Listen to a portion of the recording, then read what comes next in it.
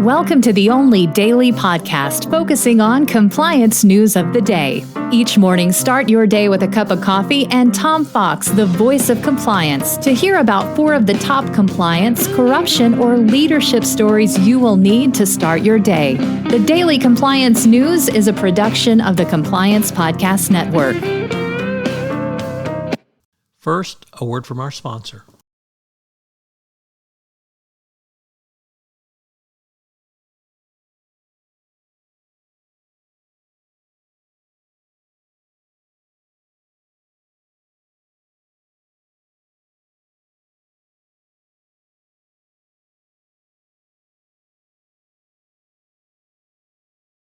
The Daily Compliance News for December 14, 2021, the Dos Santos Band Edition. And we begin with that story from the BBC. Isabel Dos Santos, the Angolan businesswoman and daughter of former autocratic ruler of Angola, has been banned from coming to the United States due to involvement in significant corruption. Why she would want to come to the United States, of course, is a very interesting question, since she would have been arrested had she come to the United States. So I'm not quite sure what this visa ban does, although it's another perhaps way to have the United States tell worldwide criminals, you can't come to our country if you do things like that. Next up, from the Wall Street Journal, in an interview with the SEC's top enforcer, Gubar Grewal, he says that increased enforcement is coming. And this is a message that we have heard for, I guess, through the entire history of the short history of the Biden administration. So no real surprise there. But Mr. Grewal says that industry, if they can't be arrested, they're going to get them out of the industry if they're fraudsters and cheatsters. So we keep hearing that increased enforcement's coming.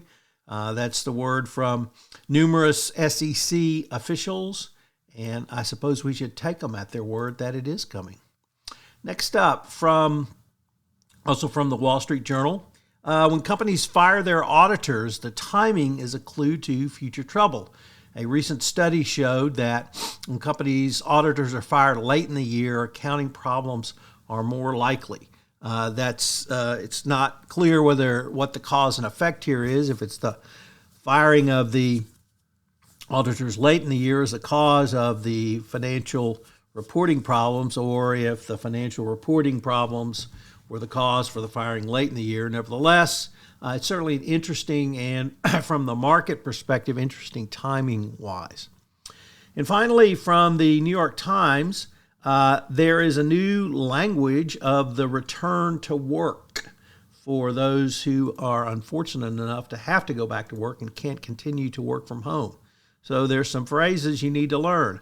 Al desco dining, bookcase credibility. I like this one. When you have a copy of Robert Caro's The Power Broker, or some other very obscure yet esoteric book on your bookshelf for your Zoom calls. What about the commuter's delight? Well, that could be a reason for going back to work. Mask assistist. That's the colleague who inexpertly lowers his mask when he has to cough, as if they're the only person in the room. The Daily Compliance News is a production of the Compliance Podcast Network and a proud member of C-Suite Radio. Thanks so much for listening. I hope you'll join me again tomorrow.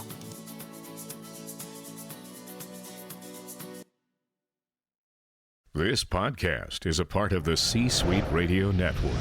For more top business podcasts, visit c-suiteradio.com.